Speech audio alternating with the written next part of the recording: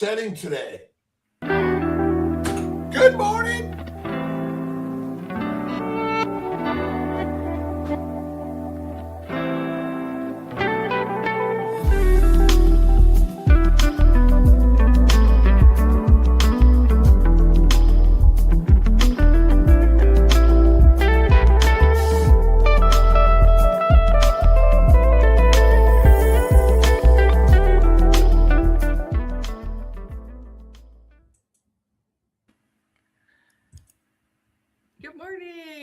Good morning, everyone. It's the 31st of March. Welcome. Let us know where you're watching from. Hashtag AMT for a chance to win. I see that hat on Dr. Kiltz's head. Okay. The exact one. It's a little sweaty, but. All right. And put in the chat your questions. We're going to be talking to Chris. I don't know how to pronounce your last name. Buress. Okay.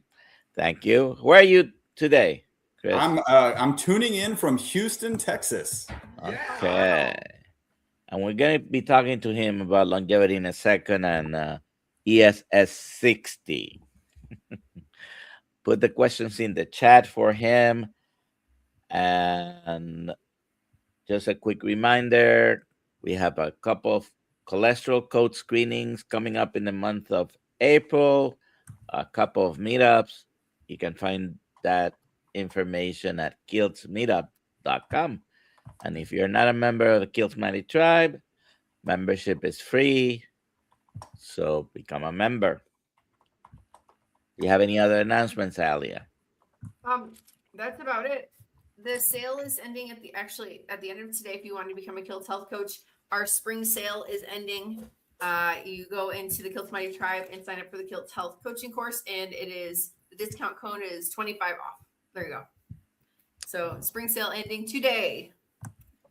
All right, Dr. Kiltz. I noticed another beautiful day in paradise. Welcome, Chris. How you doing? Wonderful, Dr. Kiltz. I'm excited. I got to be honest. I'm not normally a morning person, but when I knew I was going to connect with you, and I remember when I met you, I'm trying to remember the event. It was in Hack Your Health. Your just energy is infectious. I'm sure everybody already knows that. So I was excited to hop on this morning. Well, we appreciate you. And again, we're all working here to sort of help inspire people with ideas that we're not hearing out there in standard science and medicine, are we? No, I agree. And the reason, right? You invited me, we connected, is because your episode on my podcast is coming out today. So it came out already a few hours ago. Okay, good. All right. Yes. Already out. So that was an amazing conversation about exactly what you're talking about, the things that people aren't hearing out in mainstream that you share on a regular basis. So go to his channel and check it out. It's My Battle C in YouTube. This is the episode I came across when I was checking out today's guest. All right, go ahead, Dr. Kiltz. I don't know. My system is really crazy today. I've got to press all these buttons. They just show up as an arrow. So, no, I want to hear Chris share his story with our community around the globe and how, again, we're in the keto carnivore space, faith and fasting, inspiring each other, but listening and learning from everyone on these ideas that, we're open to. Chris, why don't you tell a little bit about your story and why you're out there podcasting and sharing your message? Yeah, that's a great question. The kind of perfect question. If you had asked me, I don't know, 8-9 years ago, or told me I was going to be in the longevity space, I was going to have a podcast called Live Beyond the Norms, I was going to get to hang out with super cool people like you guys, I probably just would have said, I don't see how that's going to happen. At the time, I was a happy-go-lucky carbon nanomaterial scientist. And I know that sounds a little crazy. That's because sometimes I am. I've been manufacturing a molecule, and I started manufacturing it in 1991. And the molecule was discovered in 1985 at Rice University. That's here in Houston, where we're based. And the 3 scientists who discovered the molecule went on to win the Nobel Prize for that discovery in 1996. So kind of a short 11 years from discovery to being awarded the Nobel Prize. The molecule's amazing. It performs as well or better than the current best material in almost every application. So it makes better inks, better batteries, better tires, better photocells. And this is where your audience might be going, hey, this is a health-related podcast. Chris just said inks, batteries, tires, and photocells. Nobody woke up this morning, looked at their car battery and thought, I wonder what part of my car battery I should be taking on a daily basis for my health. The story actually gets a little bit worse. So the shape of this ESS60 molecule is very unique. It looks like a soccer ball. So if you imagine a soccer ball where the lines on the ball represent the bonds between the carbon atoms, you have this spherical molecule of 60 carbon atoms. Because of one of the shapes on the exterior of that, the soccer ball shaped molecule, that ESS60 molecule, is resistant to benzene, they thought, I have a little over here. Put that in a different direction. Disco, early morning disco. So one of those shapes is the same shape as benzene. They thought the molecule would be toxic. They put it in a toxicity study. Instead of being toxic, the test subjects that they gave it to, in this case, it was Wistar rats, lived 90% longer than the control group. So that's the single longest longevity experimental result on mammals in history, peer-reviewed, published research. And that's the study that really changed me from being a happy-go-lucky carbon nanomaterial scientist, which again, I've mentioned already, to getting into the health space. And so now I'm on this journey. I've got a lot more to share, kind of my journey of what is the mechanism of action, what is my new role as a health and wellness supplement chief scientist versus just a carbon nanomaterial chief scientist. So yeah, that's the kind of background of what brought me here. Did you suffer in some way? Kind of what evolved you as a kid to get to where you're like, oh, this is kind of interesting stuff.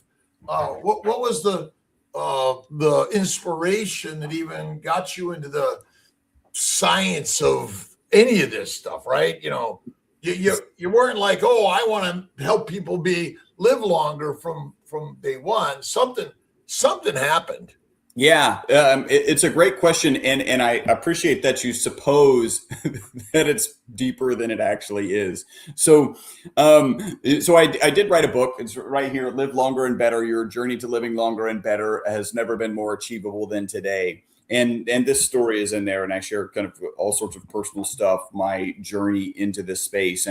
And what you can find in that book is that this is all starts, the foundation is a 14-year-old boy who has a picture of a Lamborghini Countach on his wall. So I'm 14. My dad was in the Air Force, so we moved every 2 years. In the house that we were in when I was 14, I have this candy apple red Lamborghini Countach on the wall. The doors are open. I can smell the leather.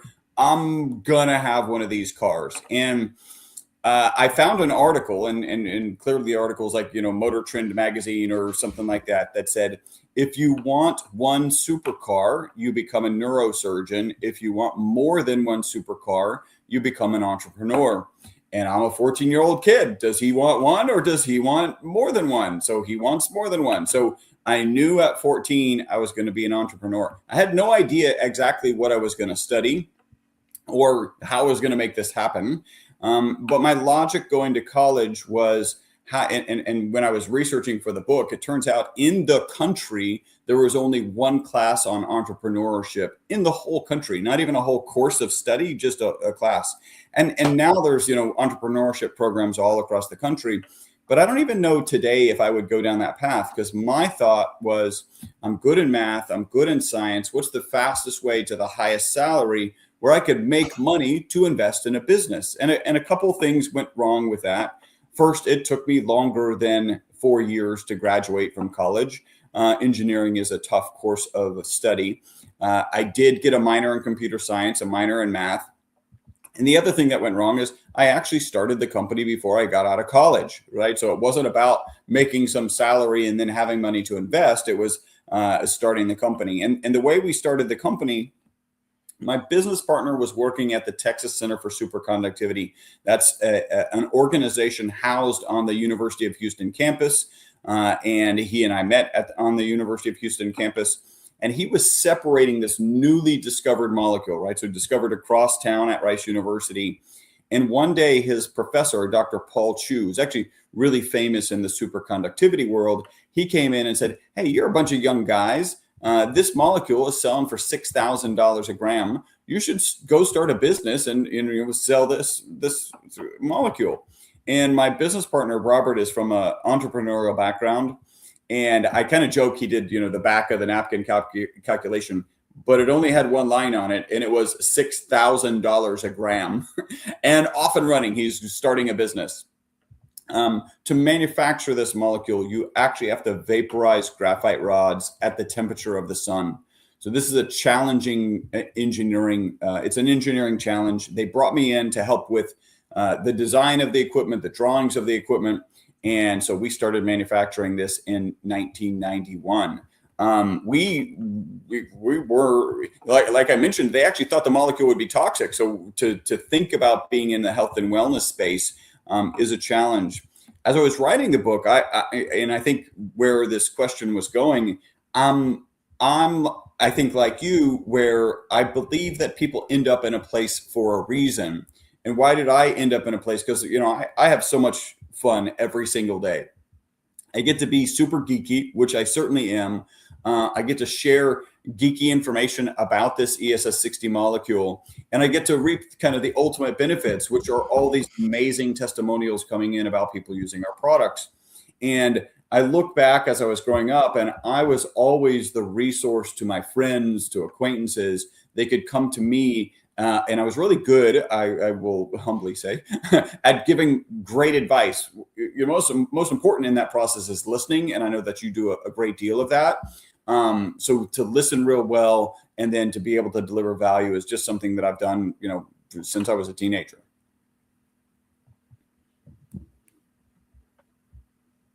I think you're muted, or you're at least you're muted. There we go.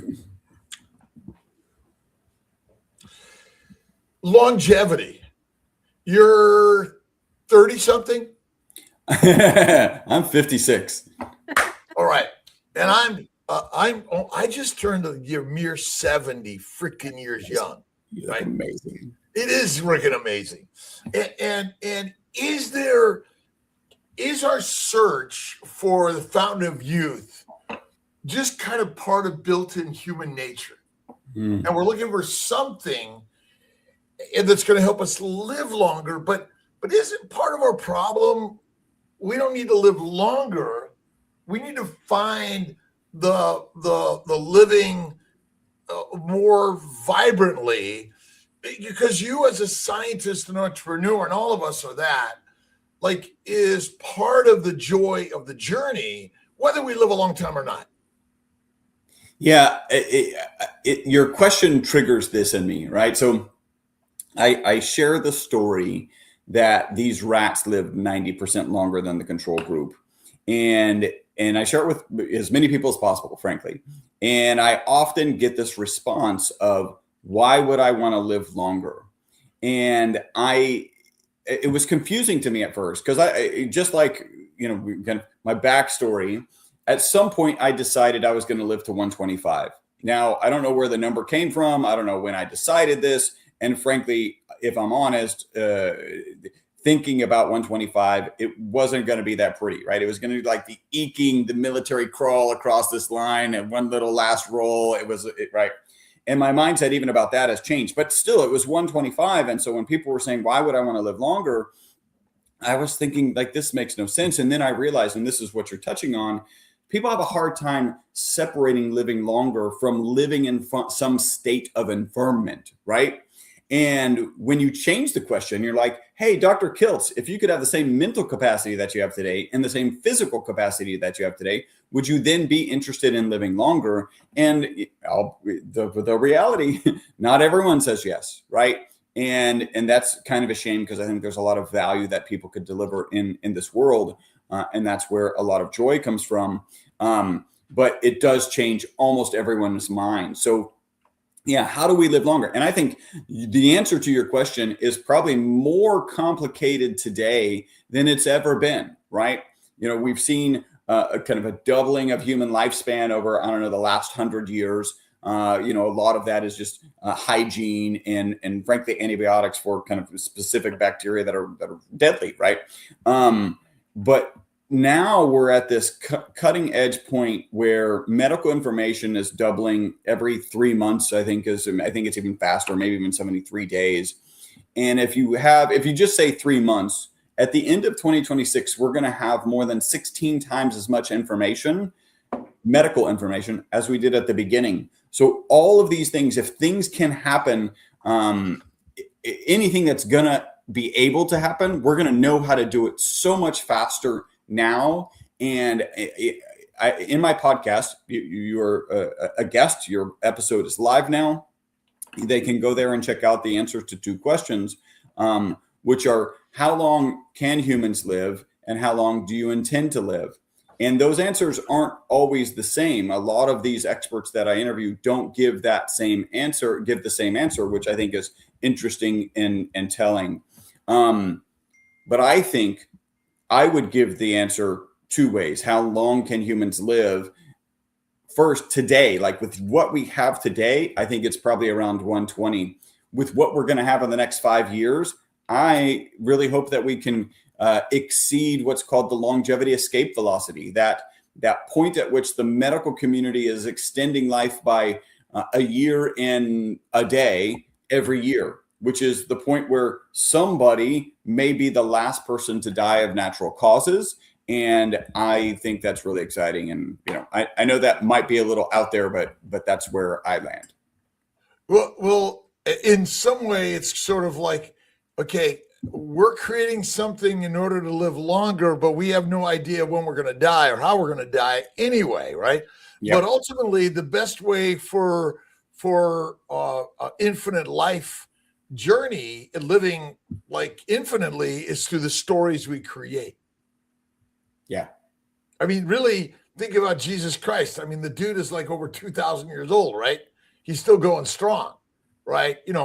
Pick any human being, Marcus Aurelius or Socrates or Aristotle or like all of us, right? Through the podcasting and the publications and the stories and the science, we don't know how what we're doing is going to affect the world tomorrow. It could be good or bad, right? How many scientific studies have been run on human beings of this particular molecule that you're studying? And I always, one of the challenges with science, it's called petri dish science. Meaning we're looking in a petri dish and we're claiming one thing about something and then we're not rats, right? We're not rats or mice. So how do we extrapolate all this stuff to human evolution and future and the future of humans? Yeah. So we're a very weird supplement company. And what I mean by that in the best possible way, most supplement companies don't continue to do research, and even fewer publish that research. So we published in 2024, published in 2025. We will be publishing this year. We're actually going to be starting 4 clinical trials this year. One of them is on sleep. We already did an ad hoc study on sleep. It's a small cohort, but 100% of the participants reported improvements in sleep while they were taking the product. And our most consistent testimonials, people take the product in the morning, they report mental focus and energy during the day, and then better sleep that night. And so we weren't surprised when we got this result. We'll be doing a clinical trial on sleep. We're going to be doing a clinical trial on HSCRP, right? So HSCRP is stands for high sensitivity C-reactive protein. It's an inflammatory marker, typically associated with cardiovascular disease and cancers. There's some good results actually in beagles, and we can talk about kind of how do you get from a rat to a human. But there's good results in reducing HSCRP in beagles. I mentioned sleep. The next one is a migraine study. We actually have to change the terminology. We have to call it a frequent headache study because of my own personal testimonial, my wife's, a number of people that I've interacted with. We're starting that study. And then finally, we actually do have some cosmetics. So we're starting an wrinkle and age spot study. So we're the very weird company. It's kind of amazing that the original study where the rats lived 90% longer came out in mid 2012, and that study hasn't been replicated. So our goal originally was, okay, well, we should get into the right spot, get some base studies done, and then actually start doing that study. But we decided to skip to human trials.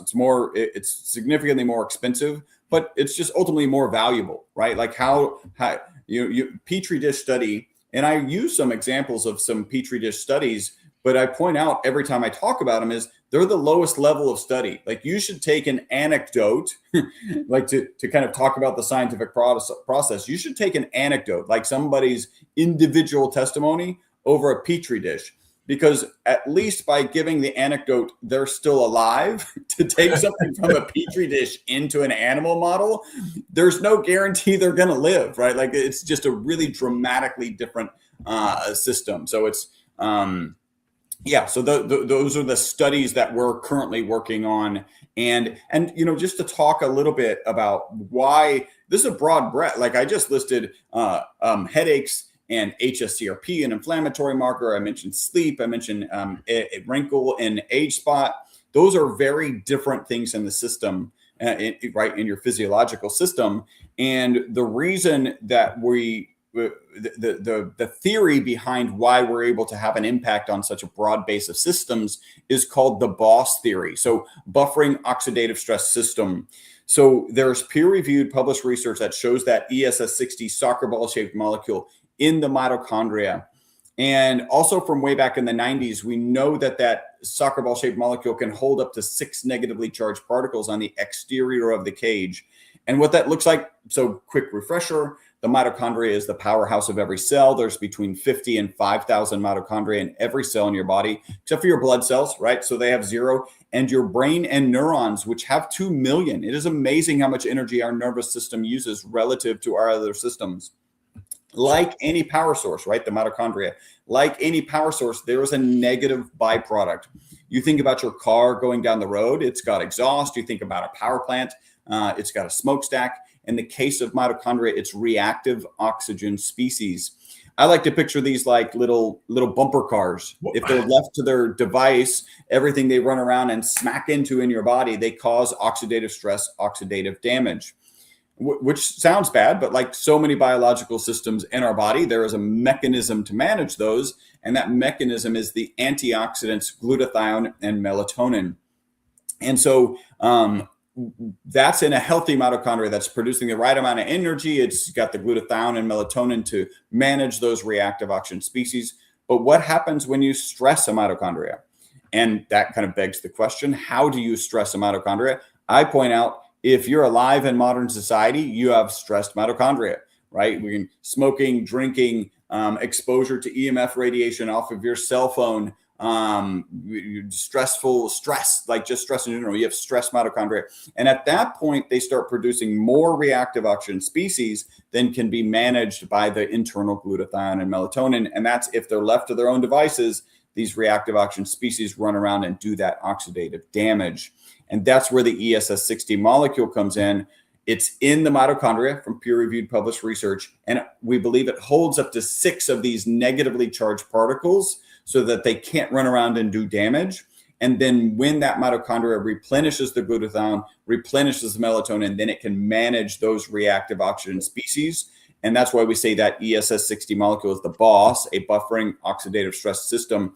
And the summary is that we believe we're reducing the negative impact of stressed mitochondria and if you reduce the negative impact of stress mitochondria, you should have these kind of systemic benefits that would run the gamut of like headaches, HSCRP, wrinkle, and sleep. Are there any other habits, supplements that compare even a placebo? How do we sort of look at any molecule or supplement or practice to give it a fair chance or understanding of what it is?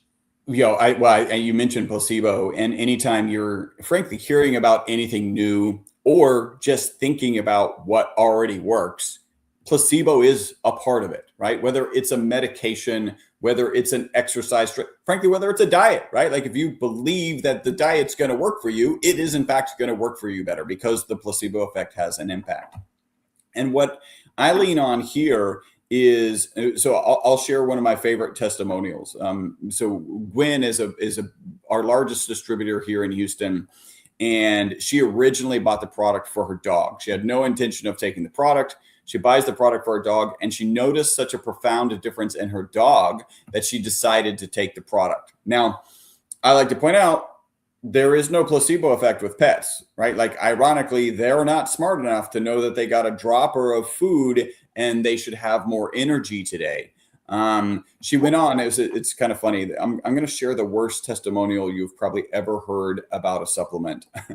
So Gwen, I recorded a video with her, and she shared in that video at the 3-month mark, if you had asked her if she had noticed anything about taking the product, her initial response would have been no. And then she slowed down and took a little stock of her life. She's like, wait a minute, I'm working later. I'm waking up earlier. I was never a morning person. And arguably the worst testimonial about a supplement you'll ever hear, I cleaned my garage. Now, we don't use that in any of our marketing literature, but it also means something, right? Cleaning out the garage is a big, arduous task for most people. Maybe there's emotional baggage in there. It's hotter than your house, right? Or it's colder than your house. So I think it really, at the end of the day, is valuable. And that's where I think we have so many pet testimonials. We've got pet products that are on the market. We have so many pet testimonials that is the thing that I lean on, saying, hey, I'll be honest. In 2018, when we started bringing this product to market, we're getting these amazing testimonials from people. And as a scientist, I don't know what to do with them, right? So let's say, Dr. Kiltz, you're sharing with me something, and I'm going like, Dr. Kiltz, I believe you, but I don't know what to do with this, right? Because as scientists in kind of general population, we're taught anecdotes, they don't really matter. Like, you should just ignore them. Which is actually not true. They are the foundation of the scientific principle, right? You put together your theory that you go and test with science based on anecdotes. But finally, like they just keep coming in, and we're starting to get the right theories and put the right research in place to really explain what's going on. Do these supplements for the animal world have to have the same disclaimer as in the human world, which I want to say the FAA. It's the FDA. Yep. The FDA, ultimately, it's a hard one for any of us. I mean, we all take supplements, don't we? And ultimately, it's almost like we want to hedge our bets in a sense, right? I think that's the term, right? Just in case. Have you done toxic studies, levels of toxicity on this particular substance? Yeah, well, I mean, remember, if you go back to the original study, it was a toxicity study. They actually thought the molecule would be toxic. And there's something that I kind of learned getting into this space and, really addressing this particular research is when you do a toxicity study on rats, when you do the first one, you're just trying to figure out if it's toxic, right? So you don't give a little bit to the rats and notice if their tummy hurts. You give them a lot to see if it's actually toxic. And I love to give credit to the researchers, right? So they're out of the University of Paris. If there's anything that was ever true about a toxicity study, When all of the control group, so that group of rats, there's 3 groups of rats in this study. One group given water, a control group, one given olive oil, a semi-control group, and then one given the ESS60 molecule with olive oil, and that was the test group. When all of the control group, all of the water rats are dead, and all of the ESS60 rats are alive, that is a non-toxic material. So that happened at about 32 months. And they continued to do the animal husbandry with these rats out to 62 months, like 2.5 years, in order to get this ultimate result. So I love to give them credit for, continuing to do that animal husbandry and getting that study out to the 62 months. And I'm going to share something. My director of research came to me at one point and said, this particular study could have been 5 separate studies because of how much depth and how many different aspects to the study there were. One of them was a typical Wistar rat lives out 32 months and has a known amount of tumor mass in its body. The longer it lives, the more tumor mass it has in its body. Even though the MyVital C rats lived out to 62 months, none of them had any tumors, right? Now, this is a pretty profound result. I've told that story to people and they've said, oh, cure for cancer. And I've said, no. And then I follow that with another no, right? FDA might be listening and this is the right answer. Yes, you were going to say something. No, I'm sorry. Yeah. So no, like this may be what this piece of the study, what it points to is that it may be a cancer preventative. We know things as simple as good exercise, good nutrition, good sleep are cancer preventatives. It throws it into that arena. My grandmother lived 104. Wow. She smoked Pall Malls and drank Manhattans. And she's an Italian, short, beautiful woman. And it's kind of a hard one to make claims in this world. And just curious about our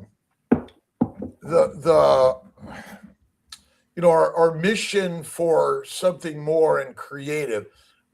What have you found are other things that help you be healthy and the people around you? And even that, is there just this one little supplement and we could just kind of do whatever we want like my grandmother? Or are there some other things along with these products that we're all touting as making our lives better? Well, if you're, now that I've spent time in this longevity space, I did a longevity summit called Uncovering the Secrets of Longevity. Got to interview some amazing people like Ben Greenfield, Dr. Stephen Gundry, Dave Asprey, many others in the longevity space. And I went into this longevity summit kind of looking for what I describe as 2 silver bullets, right?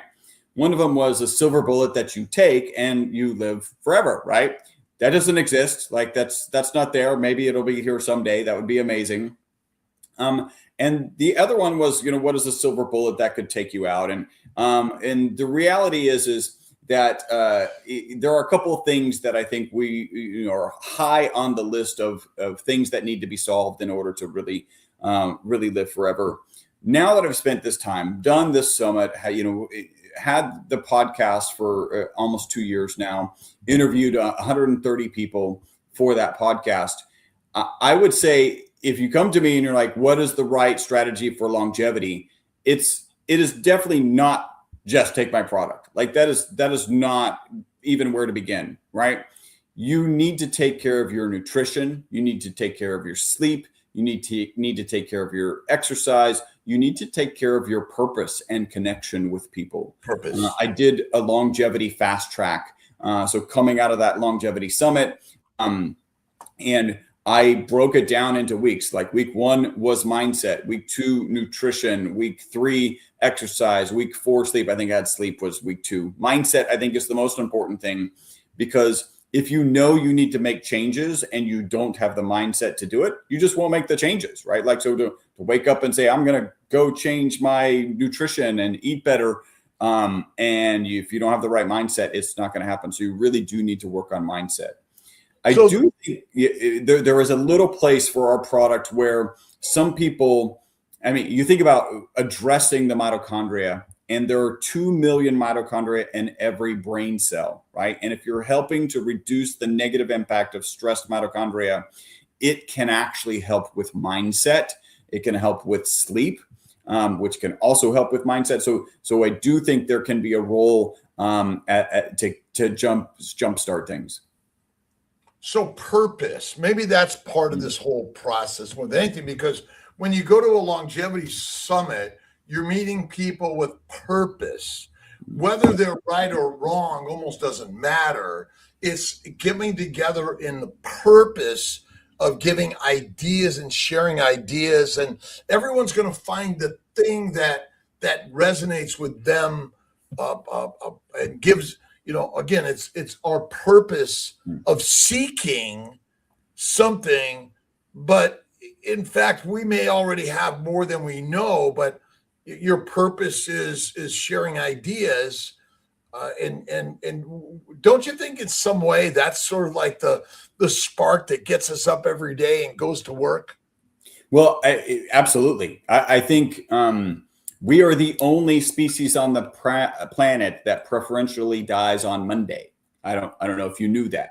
So we make it through the weekend because there's stuff to do, maybe families visiting or whatever, but preferentially we die on a Monday. And I think that goes to evidence of the value of purpose. When you look at kind of all the blue zone research, right? So there's the areas around the world where people tend to live longer, tend to get to centenarians on a more regular basis.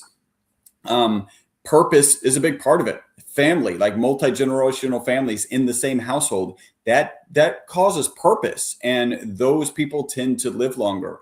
And I think they tend to live happier, right? If I mentioned when I share the rat study, that some people were like, why would I want to live longer? And then if you kind of say, well, the same mental capacity and the same physical capacity, even then some people still don't want to live longer. It's because there's a lack of purpose. So figuring out purpose, and that was one of the weeks of my longevity fast track, figuring out what your purpose is and how to be purposeful, I think is just paramount. I always go back 50,000 years ago and wonder, like, what was your purpose? Is to get up and go out and hunt. Yes. And reproduce and build. But maybe we make too much of your purpose in this world. And the purpose is just to be a human being, whether you want to be in a cave or on the top of a mountain or hanging out at a longevity conference. Yeah. Well, I think it's really interesting. And I do talk about, being a caveman at one point and how we're kind of wired negatively, why mindset is something that you probably have to be proactive about.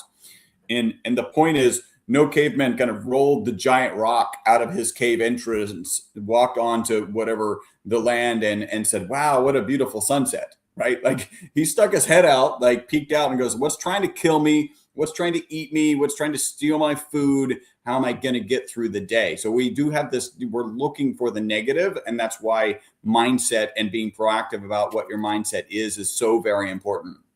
But what I think the expansion of your point is, okay, yes, you've got to work on survival and procreation. Those are the things that allows us to, as a species, to exist.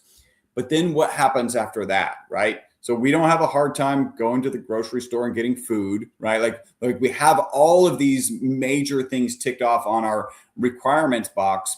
Now is where purpose starts to come in, right? Because we're talking about a better life, not just a life making sure we have food and water and shelter and a mate, but a life where we're actually feeling purposeful. And so I do think that matters, right? You got to take care of the basics, and then you get to the opportunity to focus on a purpose.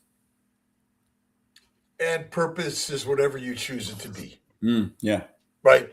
And the infinite purpose of all of us, but ultimately there's only one purpose. Just be, right? There's nothing we have to be.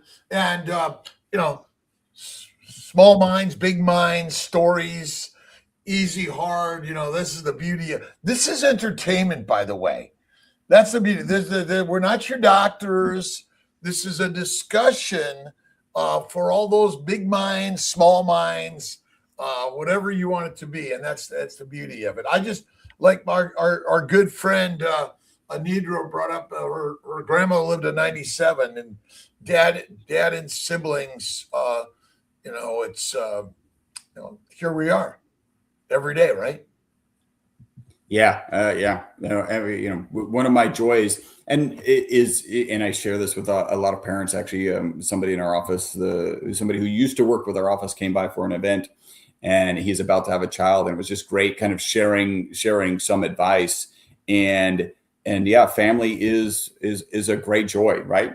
And ultimately, this is our family. I mean, we have some comments that are like, "What are you doing here? Get out of here!" But you know what?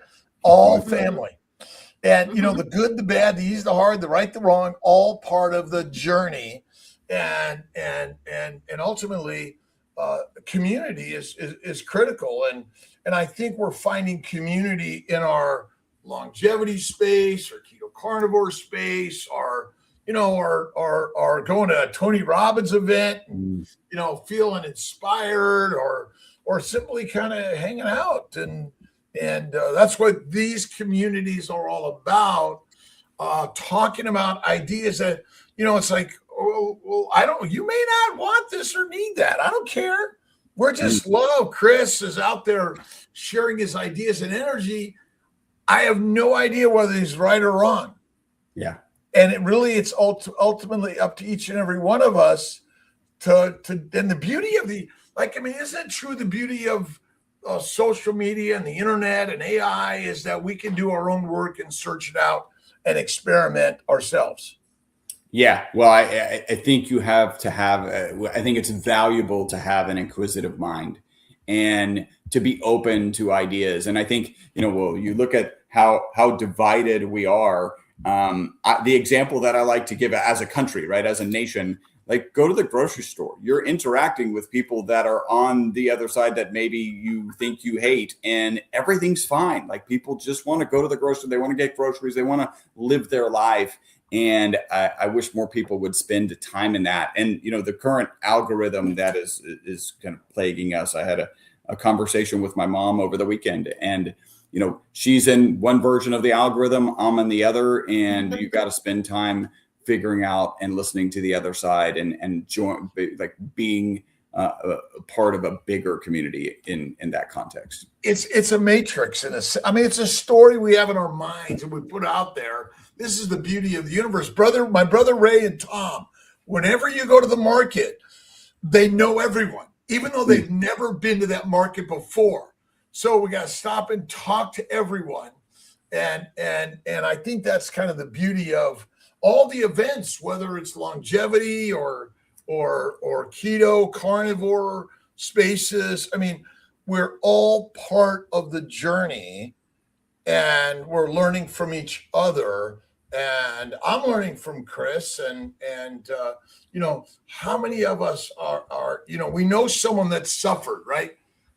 Cancer, diabetes, depression, suicide, all these things are part of it. And is it a pharmaceutical agent? Oh, by the way, is your supplement require a doctor's prescription? No. And something to point out, because I did mention in order to manufacture this, you actually do have to vaporize graphite rods at the temperature of the sun. So it's if you were to ever wake up and say, hey, I'm going to start a supplement, you wouldn't start with this one because there are so many challenges in building it. But it is a naturally occurring molecule. So everybody in your audience has already been exposed to it. And the evidence I will offer, if you take the soot of a candle, you'll get parts per million or parts per billion of the ESS60 molecule.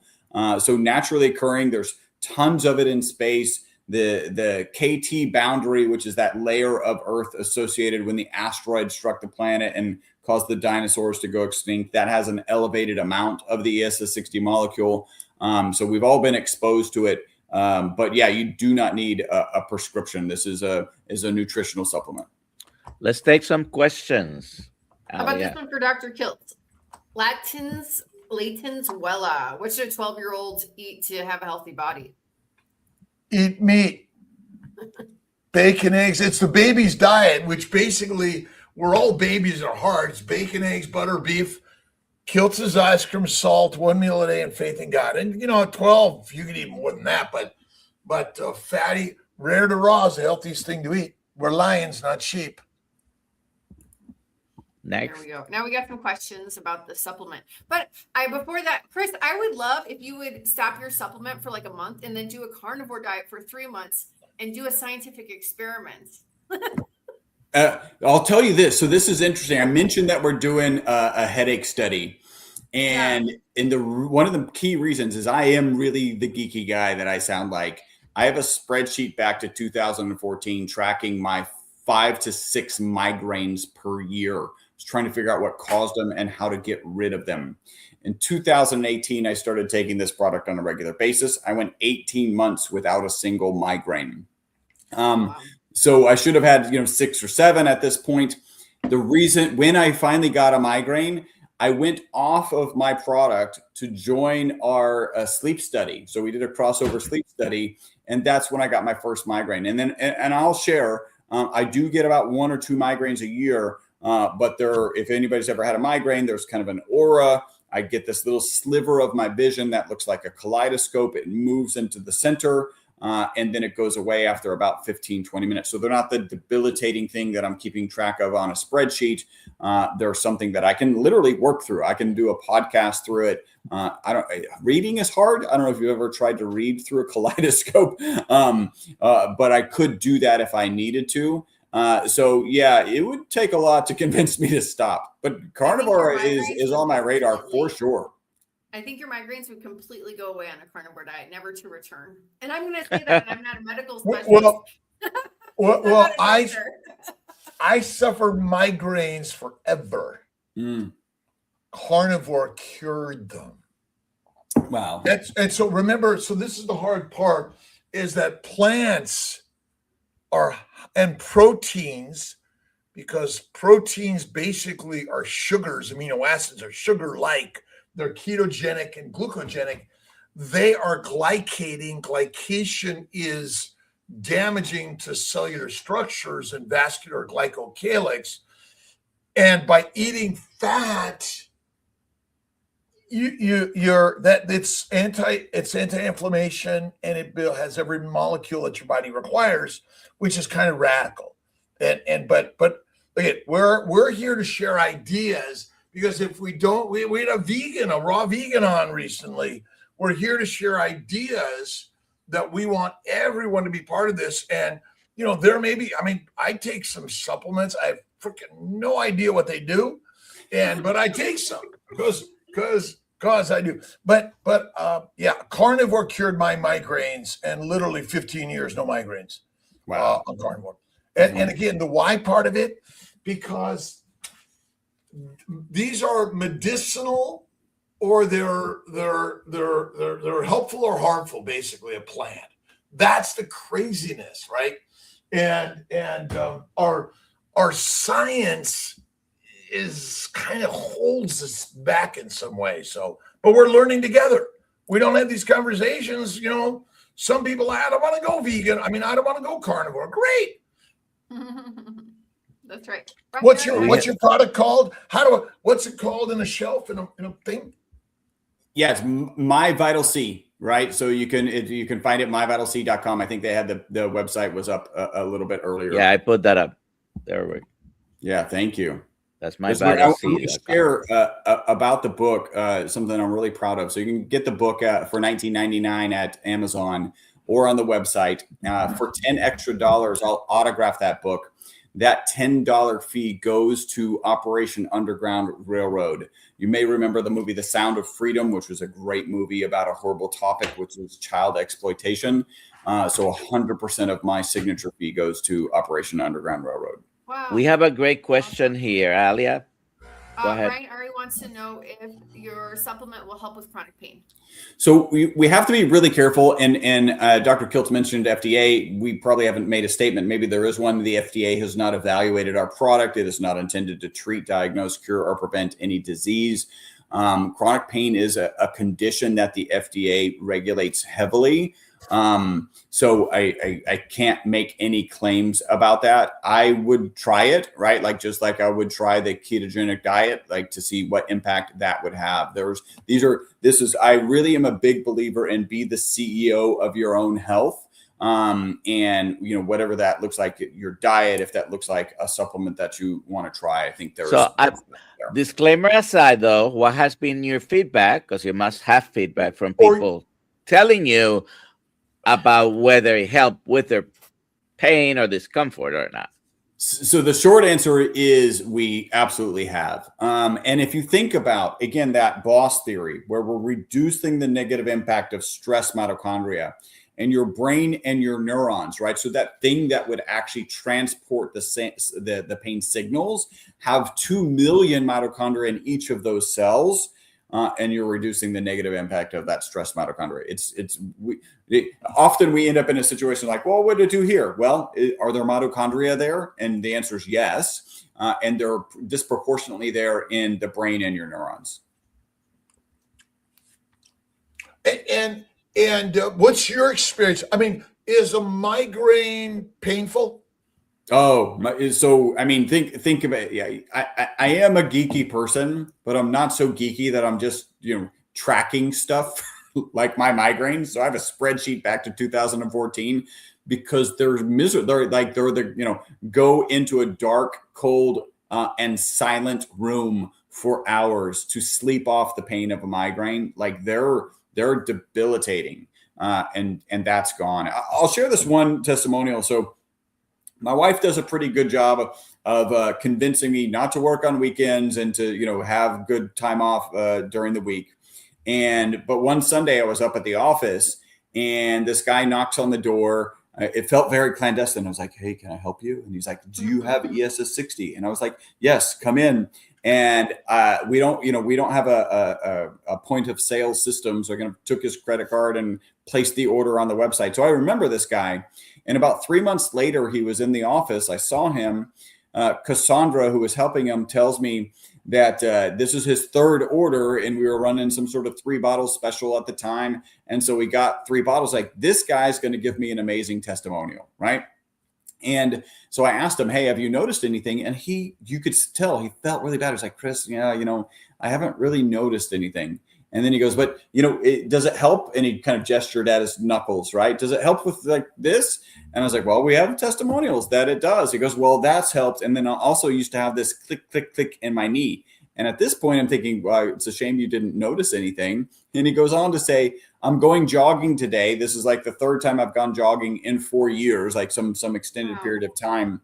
And then he said this. He said, Chris, I have to share with you, I feel less stress at work. And let me be clear, it's the same job, it's the same people, it's the same stress. I just feel less stress at work. So that's kind of an example that fits in there.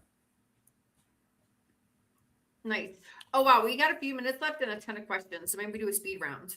Go speed round. Cindy Demanchi, a little late. What's the supplement? It's called My Vital C. It's the carbon molecule called ESS 60 dissolved in olive oil, and it's responsible for the single longest longevity experimental result on mammals in history, a full 90% extension of life. And we believe it has a positive impact in the mitochondria. Is it possible that it's the olive oil, like Dr. Gundry says? It might be the ketus because fat, even if it's plant, might be anti-inflammatory? That is a very fair question. In that original study, remember there were 3 groups: water, olive oil as a semi-control group, and then olive oil with ESS 60. The group given olive oil lived 18% longer, right? So there is a benefit to olive oil, whereas the group given olive oil with the ESS 60 molecule lived 90% longer. Go ahead, Daria. Oh, yeah. Come on. Speed it up. Great. Next question. How will the supplement aid someone with an extremely high CAC score and family history of heart disease?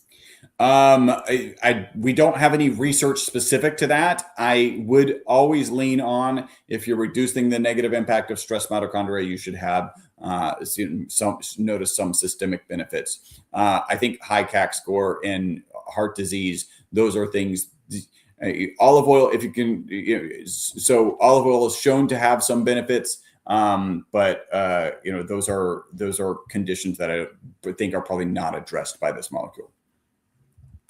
Dr. Kiltz, is it safe to start my 4-year-old and 2-year-old sons on a carnivore diet? Answer is absolute Yes. mundo. Remember, from milk from the breast to meat from the bone. That's our human evolution. I mean, there's nothing toxic in a ribeye steak except you become a lion, not a sheep. All right, next question. I'm just seeing if there's any other supplement related questions. What about this one? Is the purpose of your product to fix stereolaplasm? It is Stereolaplasmic. I will be honest, I don't know what that is. Is it active copper? No. Okay. Have you found in the human body any molecule similar to the ESS 60? Yeah, well, if you think about the role we think it's playing in the mitochondria, right? In the mitochondria, you've got these negative byproducts, these reactive oxygen species, and then you've got the glutathione and the melatonin to manage those as antioxidants. This isn't even acting like those. It's acting very different in that it's a buffer. It's like this bucket where those extra reactive oxygen species are getting stuck in the bucket. And then when that mitochondria replenishes the glutathione, replenishes the melatonin, then they can manage them out of that bucket. So creating that buffer. So very different. Okay, next. Let's see. Amy says, I was a headache person. I had several each month. I haven't had headaches since 2018 when I started carnivore. Yeah, that goes with Dr. Kiltz's kind of migraines, like carnivore gets rid of migraines. Very cool. Yeah. Let's see. Susie wants to know if you're doing carnivore, keto, or something else. P.S. I'm more like a Mediterranean I'm leaning heavy into protein. I love the animal protein because I've actually put on some muscle. I'm 56 years old and really haven't changed my workout routine. And over the last probably 12 months, put on 5 pounds of muscle, which you're not supposed to do at 56. So I'm very excited about that. Nice. Jennifer Edwards is experimenting with mineral magnesium glycinate in her water throughout the day, 25 magnesium glycinate at night, 600 magnesium. Okay, all these supplements because she has really bad leg cramps. Do you think this is a good start? I think that may be for Dr. Kiltz more than it is for me. Oh, I took it down. Keep going. All right. Yes. Jennifer, email me. I'm going to tell you something. Okay. Gil, is there anything you can recommend for battling Hashimoto's? Yeah, that's probably more Dr. Kiltz. Well, all we can say here is that, listen, I can't make a claim, but like anything else, it's your experimentation. Really, we're individually experimenting in life, and maybe that's our purpose, experimentation. But heroin probably isn't a good experiment, is it? I did the carnivore diet, and after 6 years of suffering with Hashimoto's and feeling insane and being very, very sick, felt amazing like a normal human being after 3 days on the carnivore diet. Do the carnivore diet if you have Hashimoto's. Oh, I'm making all sorts of claims this morning because I'm not a doctor, so I can say that. We're making claims or disclaims. All right, let me quickly go through this here. Yeah. That's your Instagram, My Vital C. I guess if you search for My Vital C, you'll find plenty of your and my name stuff. Too. If you search for Chris Buress, you'll also find me all over the place. His YouTube. This is his website. Yeah, that's the podcast website. Awesome. All right. All right, we got to do the giveaway.